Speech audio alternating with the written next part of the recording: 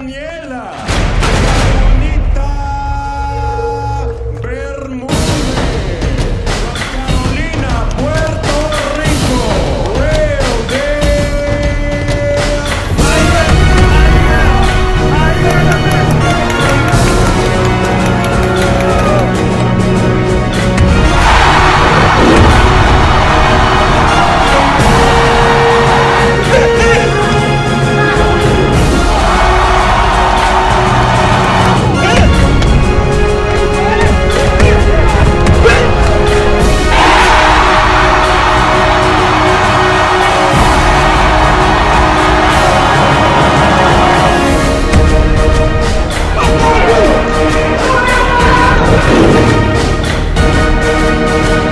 Welcome to the motherfucking relay. We're covering today's top boxing news. Ow!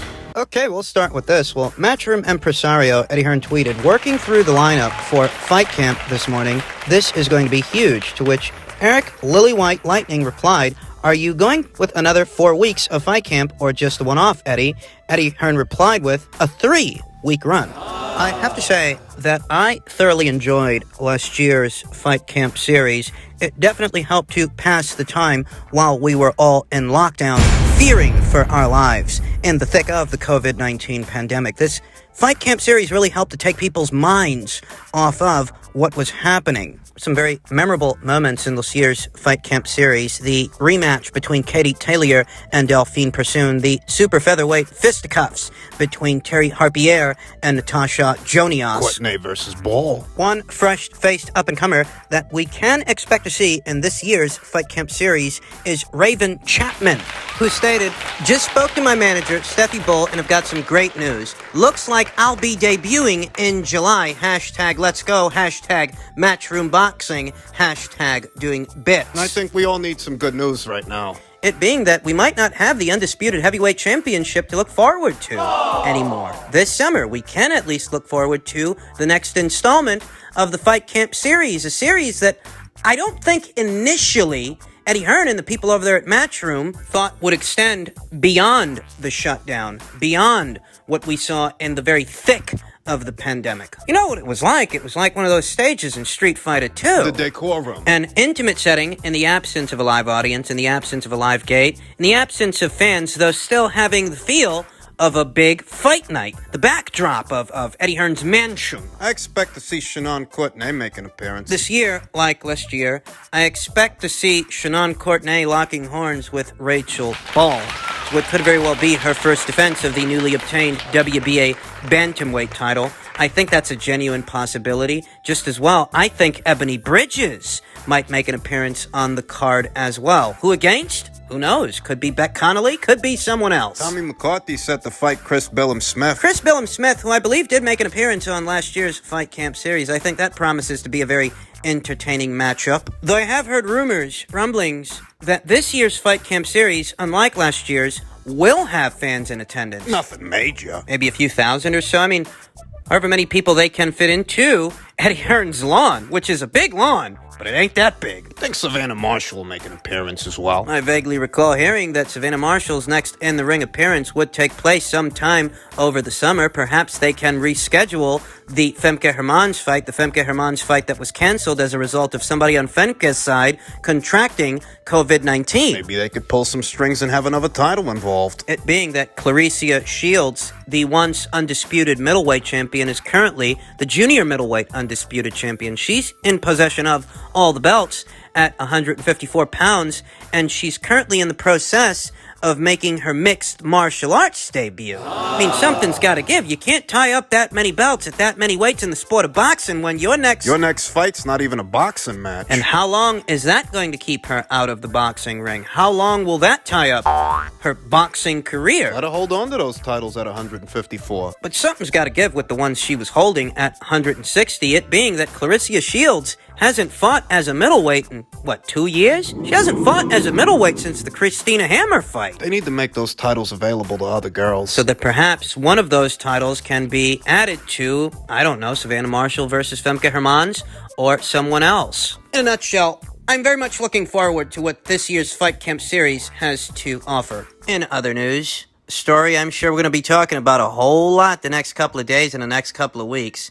Dan Rafael tweeted, "I have confirmed via multiple sources that the arbitrator, retired federal judge Daniel Weinstein, has ruled in Deontay Wilder's favor in the case with Tyson Fury. In the opinion," he writes, "Fury must fight Wilder a third time before September 15th unless parties make a deal. Otherwise, it doesn't necessarily mean the Fury versus Joshua fight is dead. It means Wilder, Fury, and AJ could make a deal for him to step aside, get him some step-aside money, a lot of it, and perhaps get a written promise that the winner would face Wilder next. It is a very fluid situation." You know, Bob Arum's been taking a lot of L's lately. And this is one that many of us had to take with him, myself included. I said this in so many words in my previous video. I did not think that this mediation arbitration would result in a ruling in Wilder's favor. That's mostly because of all the stuff Bob Arum said, but we've been there and we've done that. And I guess now what we're left to wonder is what could happen next? What scenarios can we entertain? Because on the face of it, all of this is an effort to get a third fight with Tyson Fury. On the face of it, This is for a rubber match. rather the right to one, the right to another fight. Understand that these are not court proceedings, as they did not take place in court, but because the arbitrator's decision is legally binding, that makes it enforceable in a court of law if non-compliance is established. Huh? I.e., if Fury and his people don't abide by the arbitrator's ruling. Bare bones. This is for the right to another fight, the legal right to another fight. The more obvious way to interpret all of this is that Deontay Wilder wants to get Tyson Fury in the ring for a third time. It's one way to look at it. Another way to look at this is that this mediation arbitration may have in fact been a bid to receive compensation A care package. from the Tyson Fury people. That all of this might have in fact been a play to get some compensation from Fury and his team, because the Wilder people know how much money's associated with that Joshua fight. $75 million up front for Tyson Fury. That's more than 2 times the amount of money Fury was guaranteed to fight Wilder. The both of those guys were guaranteed something like 25, 30 million in their last fight. Fury's guaranteed more than 2 times that amount to fight Anthony Joshua, and that's not even all he stands to make. There's the upside of the transatlantic pay-per-view to also consider. The pay-per-view in the United Kingdom and the pay-per-view here in the United States by way of ESPN, per previous reports. That the Zone wasn't going to carry the fight in America. It would be shown in America by way of ESPN via pay-per-view. In a nutshell, Fury stands to make a lot of fucking money. So what if the Wilder people don't actually want a third fight? What if the Wilder people decided to pursue this mediation arbitration as a means to gain leverage over Fury? They have no leverage over Anthony Joshua or Eddie Hearn. Joshua and Eddie Hearn don't know Wilder, goddamn motherfucking thing. But Fury, He does. per Daniel Weinstein's ruling, he owes Deontay Wilder another fight, and it's got to happen before September 15th. What if this is a play to gain leverage over Tyson Fury, get him by the balls, so he has to pay you to step aside, and he has to pay you a figure that you're comfortable with? A figure that perhaps before Daniel Weinstein ruled on this, the Fury people might not have been comfortable with, but now they don't have much of a choice. Because Wilder's got you by the balls. Thinking of what this hypothetical figure could be for the Wilder people, a dollar amount that would be enough to get them to lay off and step aside. Well, I don't imagine it would be anything to the tune of $75 to $80 million, because if it were, then that would defeat the fucking purpose of fighting Anthony Joshua. The guaranteed purse is $75 million. If you've got to give the guaranteed purse, the entire guaranteed purse to Wilder to get him to step aside, Then what would be the point of fighting Anthony Joshua? there'd be no point in fighting Anthony Joshua. Not if you have to give away your entire guaranteed purse in order to do it. No. A more realistic figure would have to be something to the tune of, I don't know, maybe $15 to $30 million. Remember, the guaranteed purses for Deontay Wilder and Tyson Fury's last fight were something to the tune of $25 to $30 million. If Tyson Fury pays Wilder, let's say 25, 30 million out of the 75, that still leaves him with about 40 million to play. Not counting whatever else he can get from the upside of the pay-per-view, the transatlantic pay-per-view that will be shown in the United Kingdom by way of Sky Sports and here in the United States by way of ESPN. One way to look at this is as a play to get at some of that Saudi money. Do you guys remember what the agreement was? for Wilder and Fury, their rematch. Do you remember that there was a two-way rematch clause incorporated into the contract?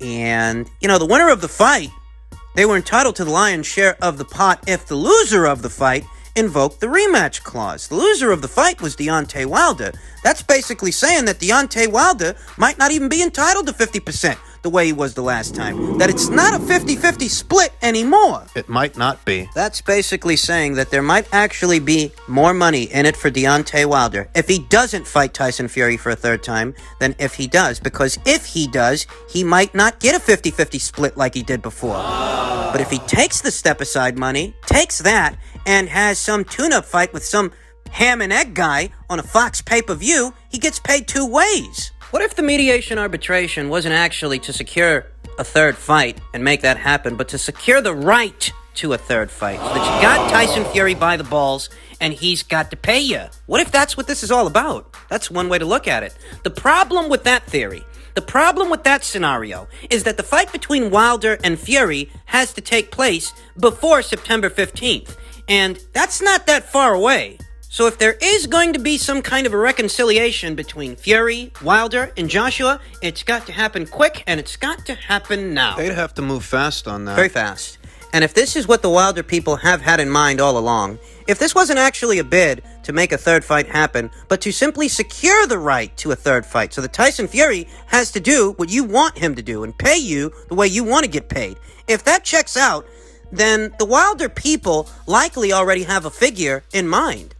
Maybe it's $30 million up front, the way the last fight was. I mean, it still has to be negotiable. Big if.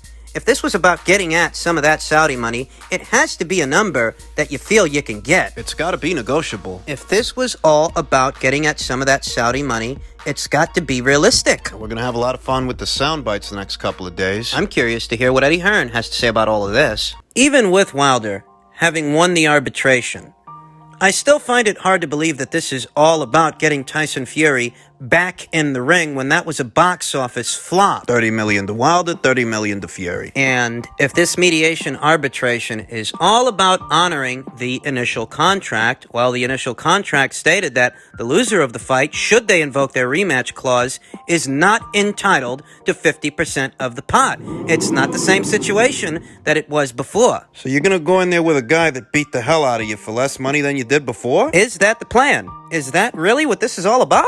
Well, hey, look, you won your arbitration, right? Right. Congratulations. Now you get the opportunity to get your fucking ass kicked by Tyson Fury again. Because you fought this guy 2 times so far and you haven't beat him yet. Fought him 2 times and you haven't beat him once. And now, as a result of Daniel Weinstein's ruling, you are so afforded that opportunity once again for less money. Ooh. And this is the plan. Same beating at a reduced price. Wilder did say he wants revenge, though, in a very cryptic caption before Daniel Weinstein made his ruling. In the days leading up to it, Deontay Wilder, seen here in the image alongside Malik Scott, so many words, defined what revenge is. And maybe it is revenge that he has on his mind. Though that wouldn't explain why late last year he said he'd moved on from Tyson Fury and he would look to fight someone else in late January or early February. We know that that didn't pan out. We know that Wilder didn't fight anybody in late January or early February of this year. We know that.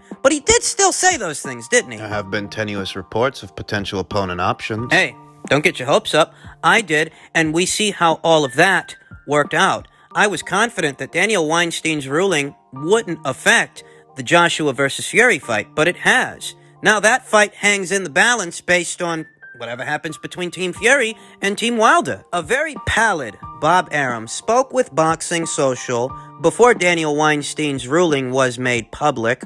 Bob looked a little older than he usually does, a little bit more sodded.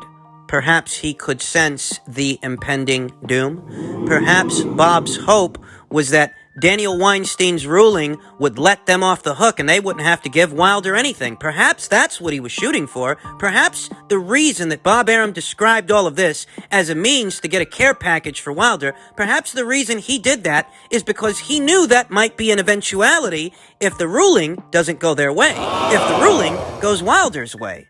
Perhaps that's his interpretation, was his interpretation of all of this. And perhaps that's why he characterized the situation as such. Wilder's looking for a payout. Bob Arum's an old guy, real old guy, been in the sport many, many decades, promoted many, many fights. And you'd expect a guy like that to have a pretty good poker face. The poker face that he's been giving all of us throughout the last couple of weeks, the last couple of months, as these arbitrations have been ongoing. We've gotten a glimpse at Bob's poker face, and based on his poker face and what he had to say, well, we all got a false sense of confidence, didn't we?